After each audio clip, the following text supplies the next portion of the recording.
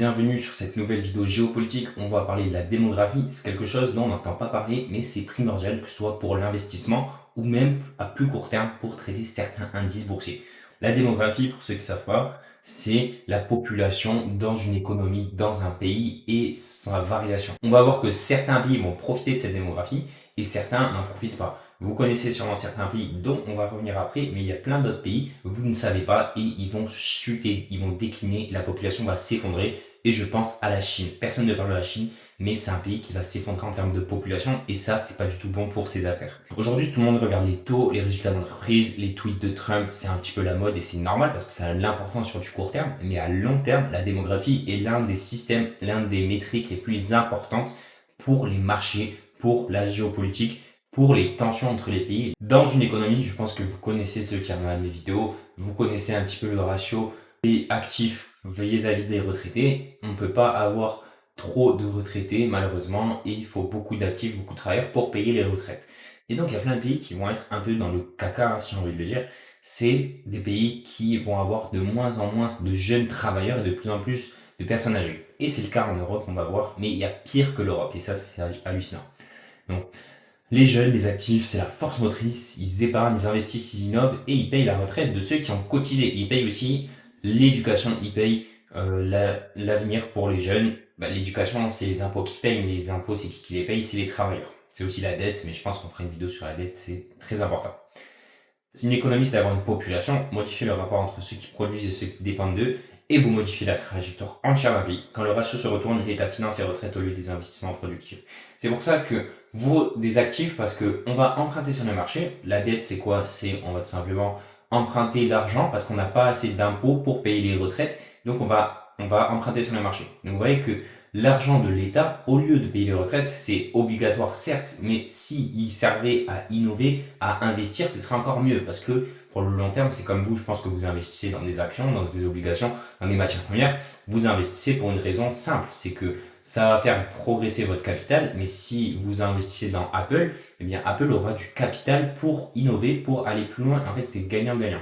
Et donc l'État, si il investit au lieu de payer les retraites, c'est beaucoup mieux. Sauf que s'il n'y a pas assez d'actifs, vous comprenez, la démographie, le jeu de la démographie, s'il n'y a pas de personnes qui travaillent, c'est vraiment dommageable et il y aura moins d'argent pour l'innovation. Et vous comprenez peut-être là où je veux en venir.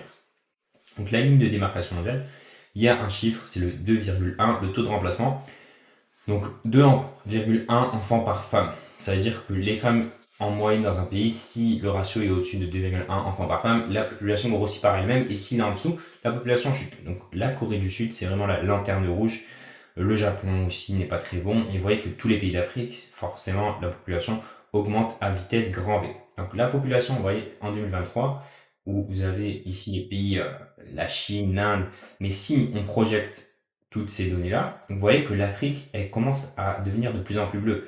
Le Nigeria, on va passer de peut-être 100 millions à peu près à 476. La République démocratique du Congo, en 2100, on va exploser. L'Éthiopie aussi, l'Égypte aussi, tous les pays d'Afrique presque vont exploser. En fait, même tous les pays d'Afrique. Je ne vois pas un pays qui va réduire, à part peut-être les pays du Nord, Maroc, Tunisie.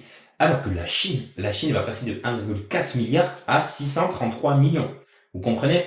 La population va être divisée par deux, mais le plus gros problème, c'est aussi que les personnes âgées vont être de plus en plus présentes dans la population. Et ça, c'est vraiment catastrophique. Et il y a d'autres pays qui sont pires que la Chine. Et on va y revenir directement. Le premier, c'est le Japon. Donc le Japon, le premier, c'est dans le vide. On va voir l'impact sur le marché boursier. Regardez, on va venir directement. Le Nikkei 225, c'est l'indice japonais. Donc plein de gens à cette époque, dans les années 80, on n'a pas le graphique, mais dans les années 80, le Nikkei 225 montait. Le Japon était la deuxième puissance mondiale devant la Chine, devant l'URSS à la fin des années 80, devant tous les pays d'Europe, mais derrière les États-Unis. Et certains avaient peur que le Japon dépasse les États-Unis, car ils avançaient vraiment à vitesse grand V. Sauf que le Japon a connu un problème. Donc il y a la crise japonaise en 97, 98. Il y a la crise japonaise, donc toutes les monnaies asiatiques se sont effondrées. Mais le plus gros problème, c'est la démographie. Les Japonais n'ont pas augmenté de population, n'ont pas fait d'enfants. Et forcément, c'est moins de consommateurs, c'est moins d'investissements. Et vous voyez que cette montée exponentielle du Nikkei, elle est présente, mais grâce au secteur tech. Et pourquoi ils sont dirigés sur la tech, le Japon? parce qu'il n'avait pas le choix, car la tech remplace les travailleurs. Et c'est uniquement pour ça que le Nikkei 225 monte. C'est un peu comme la Corée. Vous voyez que ce problème de la démographie, du fait qu'il y ait moins de gens, parce que ça a chuté le Nikkei 225 parce qu'il y avait moins de consommateurs, je répète, pour toutes les entreprises, eh bien, il a été réparé par la tech. Et la tech, on remplace les travailleurs. Il n'y a pas autre chose qui peut remplacer un travailleur. Par exemple, les caissières à Leclerc, elles ont été remplacées par des machines automatiques. Et ça, c'est de la technologie. Il y a plein d'autres métiers. L'IA a remplacé plein d'autres métiers. Donc voilà. Donc là, on ne voit pas, mais c'est depuis 87, je crois, que le Nikkei, vous voyez, pendant 30 ans, il a stagné. Donc vous investissez au plus haut, vous devez attendre 30 ans, sans compter l'inflation, bien sûr. Bon, après, vous faites du DCA, certes, mais vous avez attendu longtemps. Vous voyez que vous attendez 4000 jours pour faire moins de 70% de performance, il y a mieux. Mais par contre, si vous avez chopé cette hausse, c'est parfait. Donc on va revenir sur la démographie. Le Japon, qui n'est pas dans une situation intéressante. Mais juste avant, je voulais vous montrer, vous voyez, ça c'est en bleu, vous avez les pays où la population a déjà connu un pic. C'est-à-dire la Chine, on a déjà connu le pic à 1,4 milliard et la population n'augmentera plus jamais. Elle va faire que descendre, c'est-à-dire aller à 1,3 milliard, 1,2 milliard. Et inverse, c'est les pays qui n'ont pas connu le pic. Alors il y a une chose qui saute à l'esprit, c'est l'Europe. L'Europe est presque tout en bleu. Le Japon, la Corée du Sud et la Chine et même la Thaïlande, mais bon, la Thaïlande c'est autre chose, elles sont en bleu. Et vous allez voir que, ensuite on va défiler les années, vous voyez que l'Europe va passer en bleu, toute l'Europe. Et vous voyez que le seul continent qui est vert, qui n'a pas connu un pic, on l'a vu en début de vidéo, c'est l'Afrique. Donc l'Afrique, certes, ils sont pas du tout, ils n'ont pas les mêmes infrastructures. Les démocraties, il n'y en a pas beaucoup, hein. Et surtout les pays, il y a de la corruption à gogo, donc c'est pas des pays qui peuvent se développer tout seuls. Alors les raisons, on va pas les dire dans cette vidéo, pourquoi l'Afrique ne s'est pas développée autant, mais aujourd'hui l'Afrique est le continent le moins développé, c'est un fait. Est-ce que ça va continuer? Il y a des chances parce que malheureusement les politiciens africains ils profitent du pouvoir certains pour pouvoir s'en mettre plein les poches, mais il y a toujours un espoir et cet espoir c'est la force de travail, cet espoir c'est la jeunesse. Et vous voyez que l'Afrique n'a pas connu de bras. Donc il y a quelque chose qui va pas plaire à certains, mais c'est une réalité, c'est que les pays qui déclinent et qui ne font plus d'enfants, pour continuer à payer les retraites, on a besoin d'immigration. Mais on y reviendra après. Donc forcément, les Africains ne vont pas tous rester sur leur continent. Il y en a plein qui vont aller en Europe, dans tous les pays qui ont moins de main-d'œuvre, et des pays asiatiques vont aussi faire venir des Africains, alors que ça n'a jamais été trop le cas. C'est plus les économies asiatiques, surtout le Japon, la Corée du Sud et même la Chine, eh bien, ils n'accueillent pas d'étrangers, mais ils vont être obligés de le faire, que ce soit des Africains ou d'autres nations. Donc, la Corée du Sud et le Japon, ils font venir, vous savez, des femmes vietnamiennes pour faire des enfants avec des Japonais, alors qu'avant, c'était interdit. C'est pas pour être méchant, mais le Vietnam, c'était un peu vu comme les pauvres, ou en tout cas, une sous-catégorie, comparé au Japon et au Corée du Sud qui étaient plus développés. Mais maintenant, ils font venir les femmes parce qu'ils n'ont pas le choix. Et donc, c'est un petit peu ce qui peut arriver. Donc là, on est qu'en 2066, hein. Si on prend les années, vous voyez que le seul continent en France qui n'a pas connu le pic, d'après les estimations, encore une fois, attention, c'est la France. Donc la France, on a encore des beaux jours devant nous, mais c'est parce qu'on fait venir de l'immigration, hein. C'est pas pour les naissances, parce que les naissances sont en dessous des 2,1, ils sont autour des 1,5.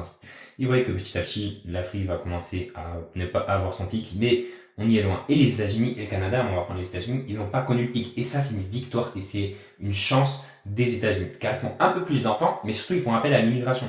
C'est un petit peu comme la France, si on prend, voyez, la France et les États-Unis et le Canada et l'Australie font venir l'immigration pour les travailleurs. Donc c'est un différent type d'immigration qu'on a en France, mais sur le papier, c'est que ils peuvent payer les retraites, ils peuvent plus se le permettre, et ça c'est une bonne chose. Donc le Japon, on l'a vu, alors ils perdent 700 000 habitants par an, l'équivalent de Bordeaux qui s'efface. Vous allez voir, le Japon, vous voyez, la population au Japon, on va mettre un zoom, hein, c'est qu'en 2023, il y en a 123, et vous voyez que de la dernière année, eh bien, elle va chuter drastiquement. Et même si on prend, vous voyez, c'était du coup les années 80, on était à 123 millions, et on a stagné, enfin 128, on n'a pas du tout progressé, et ensuite on va stagner, surtout dans les années 50-60. Mais le pire, c'est qu'il y aura de plus en plus de personnes âgées et de moins en moins d'actifs, hein. Il y aura déjà moins de monde, mais il y aura beaucoup moins d'actifs. Et ça, c'est un gros problème. Donc ça, c'est un petit résumé que je vous ai dit, on va pas y revenir. La Chine maintenant. La Chine, c'est super important. Donc juste pour faire un résumé, c'est que pourquoi je vous dis tout ça, c'est que, vous voyez, c'est le Nikkei, si on peut penser à la Chine, ok, il y a des entreprises tech, ok, c'est les meilleures boîtes en robotique, ok, ils sont performants sur l'IA, Ok, c'est la deuxième puissance économique, mais à part ça, si on prend pas en compte le régime, bien sûr, autoritaire, et le fait que si vous avez confiance dans la politique chinoise, bah alors investissez dans leur action. Mais vous voyez que la démographie en Chine, on va la mettre, la démographie en Chine, elle est catastrophique. Et donc, est-ce que vous voulez forcément investir dans des entreprises chinoises? Eh bien, là se pose la question, et c'est ce que je vais essayer de répondre. Donc, vous voyez, on est à 1,4 milliard, et petit à petit, on va chuter, mais sauf qu'on va chuter vraiment de manière drastique après les années 50, surtout. Et la Chine sera pas du tout le pays, enfin, l'Inde va continuer à grossir, et la Chine va commencer à s'effacer, on va dire, même si 600 millions, c'est énorme. Mais 600 millions avec 200 millions de personnes de plus de 65 ans, avec 100 millions d'enfants, peut-être il y aura que la moitié des Chinois qui pourront travailler. Ça fera 300 millions. Aujourd'hui, il y a plus d'1 milliard de Chinois qui travaillent. Donc, 3 fois moins de travailleurs chinois. Donc, la Chine, s'il se dirige vers la tech, comme l'a fait la Corée et le Japon, et qui commence, bien sûr, à avoir des fonds d'investissement, qui ont des fonds souverains, comme l'Arabie Saoudite, comme la Norvège, qui décident une partie des impôts de les investir, ces impôts, dans des actions, dans des obligations, et donc de l'investir. Et ça, c'est super. Donc s'ils font ça pour ensuite payer les retraites à long terme, ça peut être pertinent. Mais tous les pays ne peuvent pas faire ça, parce qu'à un moment, il y a bien des pays qui doivent se faire manger, des pays qui mangent d'autres. Donc la Chine, le problème, c'est que si vous avez confiance sur sa démographie, ou si plutôt vous n'êtes pas confiant, je pense que c'est la même chose pour les entreprises. Car les entreprises chinoises, aujourd'hui, elles vendent majoritairement en Chine. C'est pas le cas du Japon. Où le Japon, vous avez des boîtes comme Toyota, Hyundai, en Corée du Sud, on va y revenir après, vous avez Samsung, vous avez SK Hynix, et le Kospi coréen a bondi, le Kospi c'est l'indice de la bourse de la Corée du Sud, eh bien il a bondi en début d'année, car justement c'est les boîtes tech, je le répète, qui ont bondi à l'os, donc c'est super, mais pendant de nombreuses années, la Corée du Sud, vous voyez que la bourse c'est un petit peu comme le Japon, de environ, vous voyez, de 89 à 2006, il s'est rien passé. Et ensuite, on a une augmentation, mais elle n'est pas folle, 70%, c'est beaucoup, mais pour attendre 30 ans, c'est pas la folie. Puis on voit une consolidation encore pendant 13 ans, vous n'avez pas de performance. Donc vous voyez, la Kospi, c'est beaucoup de stagnation et ça monte, stagnation et ça monte. Donc le problème, c'est que c'est trop tard pour investir. Et ces boîtes coréennes, ok, elles montent énormément parce qu'elles font des profits à l'étranger. Et c'est pour ça que c'est important, car faut voir quelle entreprise acheter. Donc je vais pas vous faire un résumé de quoi acheter, parce que la vidéo, elle sera beaucoup trop longue. C'est juste pour vous faire comprendre le rôle de la démographie et de faire attention à certains pays où vous investissez. La France, on va prendre la France, la France et les États européens. Pourquoi on fait venir l'immigration? Parce qu'on n'a pas assez de travailleurs. Et donc, c'est aussi de la géopolitique. Quand on va avoir, par exemple, je dis n'importe quoi, le RN au pouvoir, imaginons le RN est en pouvoir pendant 30 ans, et qu'il y a 0 immigré qui arrive, eh bien, ils vont être obligés de faire venir des immigrés de n'importe quel pays. L'Italie, Giorgia Meloni, c'est une personnalité, une présidente d'extrême droite, et donc, au début de son mandat, elle a dit, enfin, elle voulait restreindre l'immigration un petit peu comme tous les partis d'extrême droite, et elle a dû se restreindre parce que il y a beaucoup moins de personnes en Italie, il y a beaucoup plus de personnes âgées qu'en France, eux, ils sont dans une situation pire, vous voyez, où la population va chuter drastiquement, ils ont beaucoup de personnes âgées. Et certains villages en Italie, vous pouvez acheter des maisons pour 1 € pour justement repeupler le village. Et c'est des maisons qui sont données par la mairie, enfin c'est 1 € symbolique, parce qu'il manque de main-d'œuvre, il manque d'actifs, il manque par exemple de gens pour une boulangerie, et les petits vieux, c'est pas méchant, mais les petits vieux, ils se perdent, et surtout ils s'ennuient et ils sont seuls dans le village. Donc l'Italie, et Giorgia Meloni, j'en reviens là, c'est qu'elle a été obligée de faire venir plein de travailleurs, notamment libyens, parce qu'elle n'avait pas le choix, parce qu'il n'y avait plus de travailleurs. Donc vous voyez que même des figures d'extrême droite, quand ils font face à la réalité économique, eh bien, ils sont obligés de faire venir les vannes de l'immigration. Donc après, l'immigration, on va pas en parler, c'est un sujet.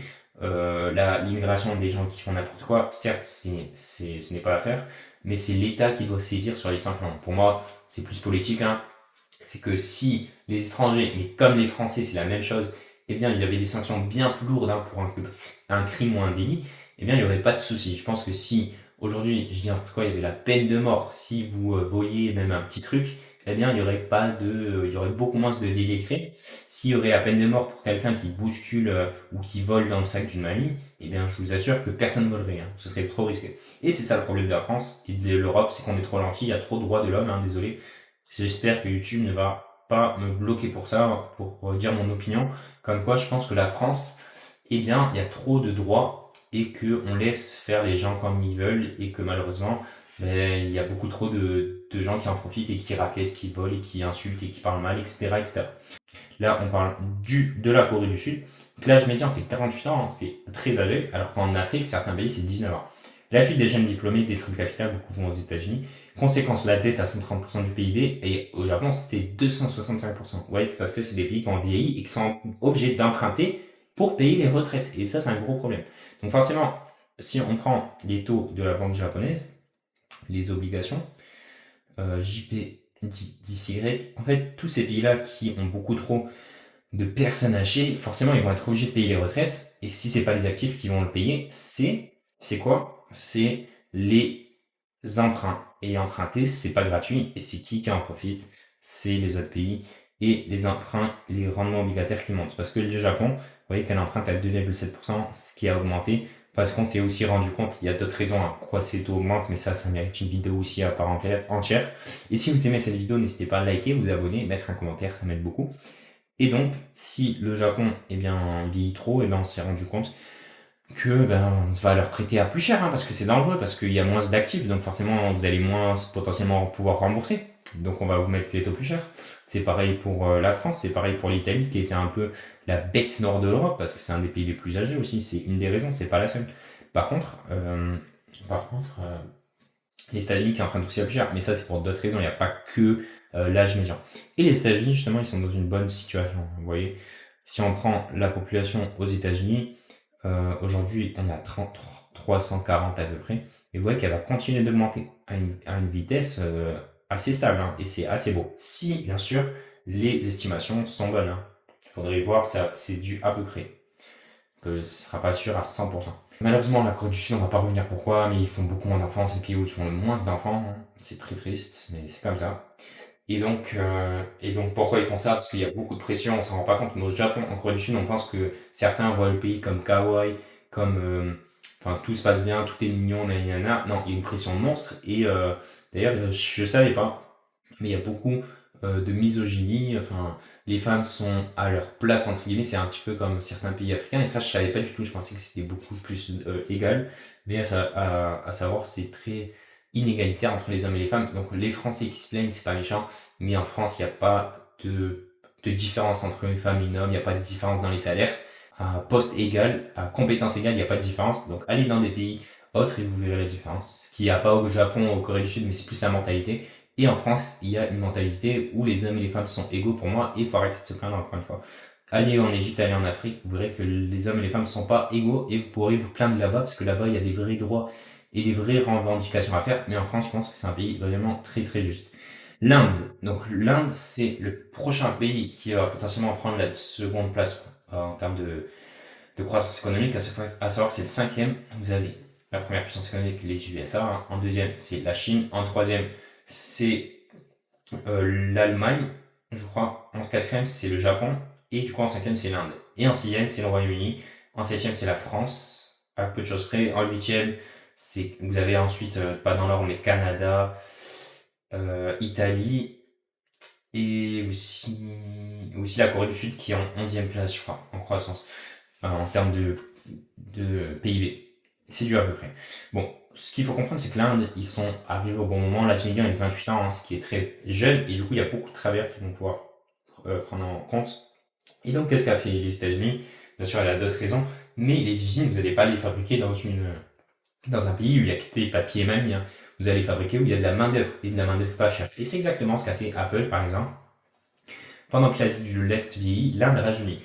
Cette vague de jeunes actifs arrive au moment exact où le monde cherche à diversifier ses chaînes de production. Hors de Chine, Apple il produit déjà 14% de ses iPhones. Donc il y a d'autres raisons, mais une des raisons c'est qu'il y a des travailleurs tout simplement. Et donc ça produit des emplois en Inde et ça fait booster la croissance en Inde.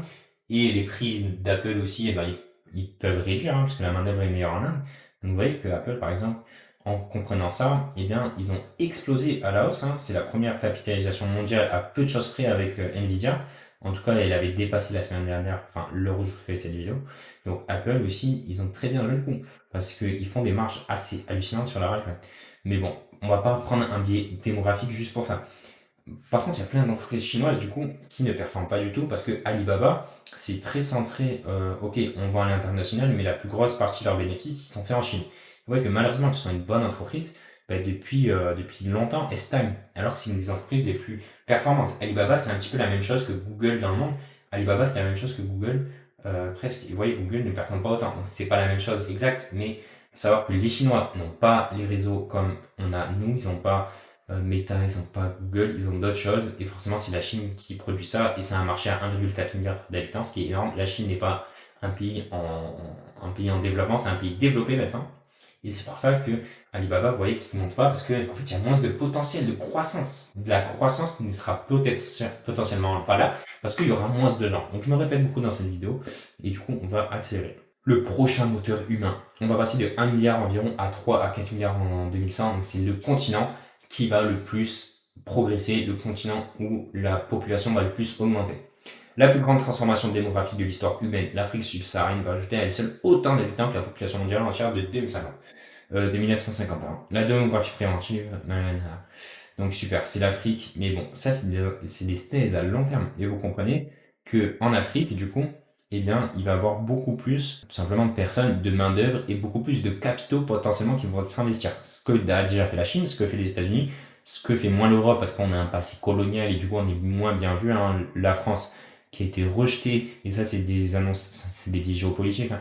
L'annonce qui a été la France qui est maintenant presque détestée hein, au Mali, au Niger, au Burkina Faso, c'est les pays du Sahel. Et en Afrique, vous aviez l'Afrique occidentale, donc Mali, Niger, Burkina Faso, occidentale française, et l'AEF, c'était certains pays, si je dis pas de bêtises, il y avait la République, le Centrafrique, vous aviez une partie du Soudan qui a été repris par, vous avez le Tchad, vous avez une partie du Soudan qui a été repris par les Anglais, donc les Anglais avaient toute cette corde-là pendant la colonisation, donc on n'est pas trop aimé, c'est pour ça qu'on investit moins. Mais vous comprenez que si l'Afrique, eh bien, la population elle augmente, il y aura plus de capitaux, plus d'investissements, et c'est des villes qui vont progresser, et c'est des villes où il va être bon d'investir, c'est des sociétés potentiellement qui vont ouvrir, et c'est là que le futur va potentiellement se passer. Moi je pense que le futur, il se passe, enfin, actuellement, les meilleurs endroits pour investir, c'est en Asie, hein, je pense, en Asie du Sud-Est notamment, au Vietnam, en Malaisie, en Indonésie, ce sont des endroits magiques hein, pour investir parce que c'est le meilleur rapport qualité-prix. Mais par contre, l'Europe, c'était à l'époque. Et dans 50 ans, ce sera peut-être en Afrique. C'est pas encore le cas parce qu'il y a trop de problèmes dans certains pays, il y a trop de corruption, il y a trop de dangers, il y a trop de guerres, hein, que ce soit au Soudan, que ce soit en Somalie, que ce soit au Mozambique, que ce soit en Éthiopie, que ce soit en Libye. C'est des pays où il y a des guerres civiles, donc forcément, c'est pas les bons pays. Mais vous avez le Botswana qui est assez stable, vous avez le Rwanda maintenant qui a connu une guerre civile en 94, mais qui est un des pays les plus stables et l'un des plus riches d'Afrique. Vous avez bien sûr l'Afrique du Sud où certes il y a des problèmes, mais il fait assez bon vivre, on va dire. La Namibie où il fait bon vivre. Donc vous avez quand même des bons pays, le Maroc qui se développe et qui accueillera la Coupe du Monde en 2030. Donc ce sont des pays qui certains se développent et il sera peut-être bon d'investir. Maintenant, on en a parlé dans cette vidéo, c'est que la seule réponse immédiate, donc j'ai bien dit immédiate, au vieillissement, c'est faire venir des immigrés. Parce qu'un enfant, si vous faites des enfants, ok, la population va augmenter, mais dans 20-30 ans. Et cet enfant, il va coûter cher donc pour la société. Donc l'immigration, c'est pas un moindre mal, surtout si la personne, imaginons, elle vient à 20 ans, elle travaille déjà, soit bien sûr une personne qui travaille, qui soit honnête dans ses baskets, eh bien c'est limite mieux qu'avoir des enfants, parce que les enfants, il va falloir payer l'éducation, ça va être assez cher. Donc l'Allemagne l'avait fait avec Angela Merkel, quand il y a eu la guerre civile en Syrie en 2011, eh ben, elle a accueilli beaucoup de Syriens, elle a accueilli aussi beaucoup de Turcs, il y a beaucoup de Turcs en Allemagne, hein, dans les années 2010. Et donc maintenant, c'est aussi une des raisons de la montée de l'AfD assez alternative au Deutschland, c'est le parti d'extrême droite en Allemagne, surtout très présent dans l'Allemagne de l'Est. Mais pourquoi il est très présent? Car justement, il y a beaucoup de gens qui en ont marre des Syriens et des Turcs, mais pas tous, hein, ils sont pas tous mauvais, mais certains ont fait n'importe quoi, et forcément il y a des amalgames parfois, et le parti d'extrême droite est forcément monté. Donc il est monté, et vous voyez que ça peut redessiner les cartes de l'Europe, où on a une Europe de plus en plus populiste, nationaliste, et des partis d'extrême droite, en tout cas qui font pas du tout recours à l'immigration, sauf que l'immigration, on a vu que c'est un problème dont certains pays ont besoin. Et donc tous les pays qui ont une population qui décline vont avoir besoin de l'immigration, ou sinon ils vont devoir emprunter plus, et donc les dettes vont augmenter, mais massivement s'ils font pas ça. Le Japon, ils ont toujours refusé l'immigration, mais ils commencent à en prendre partie. La Chine aussi, la Chine c'est le pays, à part peut-être si on prend l'Érythrée ou des pays en guerre civile, mais la Chine est le pays qui a le moins d'immigrés au monde. Alors, il y a beaucoup de Chinois qui partent en Europe, aux États-Unis, en Afrique, partout, mais il y a très peu de gens. Est-ce que vous connaissez un Français qui habite en Chine, qui travaille en Chine à l'année, hein, je parle pas juste faire un voyage.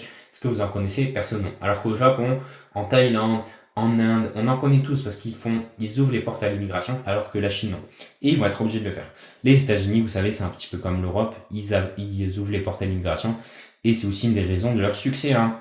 On a beaucoup d'entreprises, Google qui est aujourd'hui repris par si je dis pas de bêtises maintenant, Sinai Pichai, il s'appelle, il est indien, mais c'est pas lui qui a créé Google, il a repris. Vous avez bien sûr Jensen Huang, qui n'est pas indien, mais qui est asiatique, hein. Ok, il est bien sûr américain, mais il est d'origine asiatique. Elon Musk, qui est sud-africain, donc sud-africain. Elon Musk, eh bien, il arrive aux États-Unis grâce à l'immigration. Donc, ils font venir des gens, ils ont une bonne mentalité, ils ont une bonne stratégie, les États-Unis, pour faire venir de bons profils, un peu comme le Canada, mais encore mieux du côté des États-Unis, je trouve. Donc, comment la démographie bouge les marchés, donc moins d'actifs, la croissance, le PIB va baisser, la hausse des coûts pour la retraite et les dépenses sociales vont être en hausse. Donc, le fait que la croissance baisse, les valorisations de ces entreprises qui produisent surtout et vendent beaucoup dans le pays, faut voir, parce que Apple, par exemple, même si les États-Unis, il y a moins de population, imaginons, eh bien, ils vendent dans le monde entier. Donc, c'est pas forcément un problème, c'est avoir un impact, mais pas trop. Une entreprise, par exemple, comme une entreprise coréenne, je dis n'importe quoi, de dentifrice, on va dire, qui vend que en Corée, eh bien, eux, leur chiffre d'affaires va chuter drastiquement, 2 fois 2, parce que la population va être divisée par 2 en moyenne. Alors que un L'Oréal, un Hermès en France, eh bien, si vous regardez ses ventes, ils vendent dans le monde entier. Donc, il faut regarder aussi ça.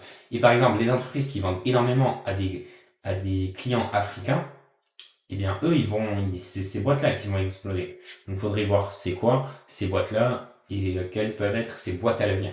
Donc, l'horloge de la consommation. Donc, est-ce que pour consommer, ça peut être intéressant de se dire, eh bien, dans les pays d'Europe, ou dans les pays où il y a moins de population, où il y aura de plus en plus de personnes âgées, comme ici vous voyez, la Pologne, tous les pays d'Europe de l'Est, tout simplement, même l'Italie, les pays du sud de l'Europe, eh bien, est-ce que c'est intéressant d'investir dans l'enfance, dans je sais pas, des couches, enfin des entreprises qui font des couches dans Pampers, par exemple? Peut-être pas.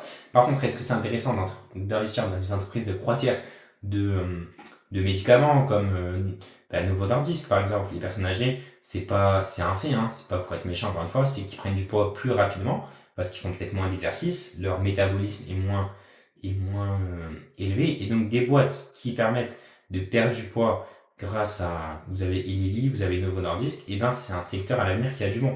Et c'est une des raisons de la hausse exponentielle de Novo Nordisk, si on y revient là, c'est qu'on a compris que les personnes âgées allaient être de plus en plus présentes, et aussi que l'obésité allait être de plus en plus présente, même chez les jeunes, mais chez les personnes âgées aussi. Et Eli Lilly, c'est la même boîte, mais c'est une boîte américaine qui fabrique des médicaments pour en fait avoir la satiété et donc manger moins, et c'est des formules qui marchent énormément. Ils ont des résultats exceptionnels, ceux qui prennent ces médicaments, mais c'est très très cher.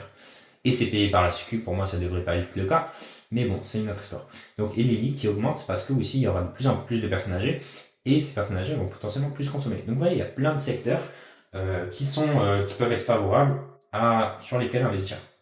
Donc, vous voyez que là, il y a des portefeuilles démographiques, je vous les en ai mis. Vous voyez Novo Nordisk, Roche aussi. Roche, je crois qu'ils sont sur les ATH. Roche, c'est une entreprise suisse. Roche, c'est hallucinant. Je crois qu'ils sont sur des ATH presque ou presque. Donc, Roche, c'est une entreprise suisse. Vraiment, si vous la payez déjà en francs CHF. Donc, francs CHF qui fait qu'augmenter. Si on prend USD CHF, normalement, ça devrait être pas mal à la baisse, du coup. Voilà. Là, c'est le CHF qui monte parce que c'est le dollar qui s'effondre contre le CHF. Vous voyez que cette entreprise Roche est magnifique, et forcément elle a de l'avenir parce que c'est une entreprise que les personnes plus âgées vont beaucoup plus consommer. Donc je vous ai fait un résumé. Les nouveaux ateliers du monde captant le relais de croissance. Je vous l'ai dit, le Vietnam, l'Indonésie, pour moi c'est des pays qui ont de l'avenir. Je suis allé plusieurs fois, c'est vraiment magique. Les gens sont déterminés, ils travaillent énormément, ils sont très sympathiques en plus. Et le pompon du pompon, c'est que vous avez des prix imbattables, des hôtels à 15 € la nuit qui sont incroyables. Et si vous mettez à 40 € la nuit, c'est des hôtels de fou. Si je vous fais pas un dessin justement, on va pas en parler dans cette vidéo. Donc le Nikkei, on l'a vu en début de vidéo, il avait fait un record. Et vous voyez que les grandes multinationales, Toyota, Sony, Nintendo, ils vendent beaucoup à l'étranger. Donc forcément, ils sont immunisés. Alors que les boîtes qui vendent que au Japon, ils vont avoir un impact, et c'est un impact qui a eu lieu sur le Kospi et même sur le Nikkei 225. Donc la démographie ne sert pas au trade de la semaine, elle cadre l'allocation structurelle d'un portefeuille sur 10 à 20 ans. Donc là on n'a pas trop parlé de géopolitique, mais ça en fait partie. Je vous ai pas parlé par exemple des relations entre les pays. Ils vont avoir un changement de leur niveau d'immigration entre plusieurs pays, ils vont avoir des impacts. Il va pas peut-être avoir des traités, hein, qui sait, entre, je sais pas, la Chine et je dis n'importe quoi, et le Mali, pour que le Mali pour que la Chine puisse faire venir des Maliens pour qu'ils travaillent, hein. C'est possible, hein. Donc là, je prends le Mali, mais c'est pas les pays qui se ressemblent le plus, hein. Un Malien, il parle pas chinois normalement. C'est pour ça qu'il y a beaucoup de Maliens en France, parce qu'ils parlent français. Et ça, c'est de la colonisation, et ça, c'est de l'histoire. Et c'est trop fascinant. Le Mozambique, il parle portugais. L'Angola, il parle portugais. Donc c'est pour ça que vous voyez beaucoup de Portugais qui viennent d'Angola ou du Cap-Vert qui parlent portugais. Je crois que Sao Tomé, il parle portugais. Le Nigeria, il parle anglais. C'est pour ça que vous avez plein de Nigérians en Royaume-Uni. Pareil que pour le Kenya et la Tanzanie et l'Afrique du Sud. Donc tout ça, en fait, c'est des répercussions que même, vous voyez, la France et le Royaume-Uni sont des grandes puissances aujourd'hui, mais c'était des empires coloniaux à l'époque, c'était des empires tout court, et on profite encore de ça parce que, par exemple, moi, je suis sûr, dites-moi dans les commentaires s'il y a des gens qui viennent d'Afrique, des Maliens, des gens qui viennent du Niger, du Burkina Faso, dites-moi dans les commentaires, parce que forcément, on va avoir une plus grande audience en tant que locuteur francophone. Et ça, c'est une chose à pas négliger. Ou même en Algérie, tu me dis, mais au Maghreb, ils parlent de moins en moins, enfin, il y a de moins en moins de gens qui parlent français. Mais vous voyez, qu'en Afrique, ils parlent français, hein, la plupart. Et voilà. Donc, c'était un peu tout pour cette vidéo. Je vous remercie d'avoir regardé et je vous dis à la prochaine.